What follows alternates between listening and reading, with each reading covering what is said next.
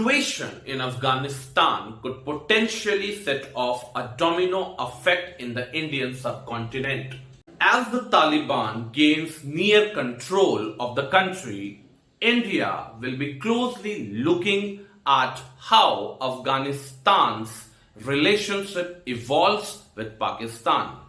For one, history suggests that a Taliban-controlled Afghanistan has contributed to militancy and conflict in Kashmir. The situation was fairly grim for India while Mullah Rabbani was Taliban's chief till 2001.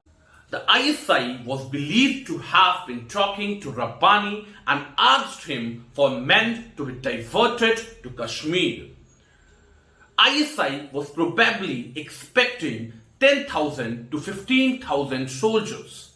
At the time, Rabbani said he will provide 1 lakh fighters. Declassified US government documents chronicle the nexus between Taliban and Pakistan anti-India militant training camps. And with China being a close ally of Pakistan, it could soon get ugly for India. This means that India faces the reality of not only a Taliban government in Afghanistan, but also its two biggest rivals deepening their footprints in a country where India has many equities, investment and close tie with non-Taliban political leaders. The return of proscribed militant groups like Lashkar-e-Taiba could spell doom for India's security, but it all depends on Pakistan. The chances of this, that is the return of LET, happening depend in part of Pakistan, which has close ties to both. But because of intense international pressure, it has sought to curb to an extent its militant assets. India, which has often assumed the role of stabilizing democratic force in this region, stands to be isolated in this scenario if it does not trade with caution. The world and India had notice of what will happen once foreign troops leave. After all, a corrupt government under President Ashraf Ghani has lacked the leadership for solid resistance. We can cite the example of former Afghan President Muhammad Nazibullah, who resisted the Taliban for 2 years without US support before his own execution in 1996. Now they are crumbling like a pack of cards, and it shows a lack of anticipation, will and preparedness to confront the Taliban. Experts say that India's policy towards Afghanistan have been consistently anti-Taliban since the group was removed from power in 2001. This is why the Narendra Modi government decision to formally reach out to Taliban was such a game changer, and it ended up becoming more important than India could have imagined given the Taliban's rapid rise to power. Officially, though, India has largely remained silent on the crisis in Afghanistan, communicating only evacuation efforts for its embassy personnel in Kabul, given the volatility and sensitivity of power shift in Afghanistan. It's not surprising that New Delhi is staying quiet. With the Ghani government out of the power, India has lost a key partner in Afghanistan.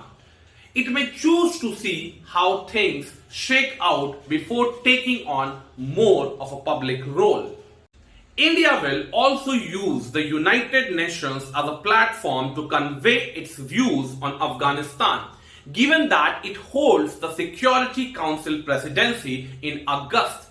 India's ambassador to the UN, T.S. Tirumurti, said yesterday that the situation in Afghanistan was of great concern to New Delhi. Tirumurti said the current situation in Afghanistan has numerous challenges. However, there are a few opportunities. If there is a zero tolerance for terrorism in all its forms and manifestation, and is ensured that the territory of Afghanistan is not used by terrorist groups to threaten or attack any other country, then Afghanistan neighbors and the region would feel safer. Beyond the Taliban, it remains to be seen how India under Modi government respond to a worsening humanitarian crisis in Afghanistan. Now, talking on the India's response to Afghan refugees, as terrified Afghan citizens, especially women and children, look for safe asylum, India's own altered refugee and citizenship policy may severely impact its humanitarian efforts. India's Citizenship Amendment Act CAA allows Hindu and Sikh asylum seekers a fast track to citizenship but excludes Muslims.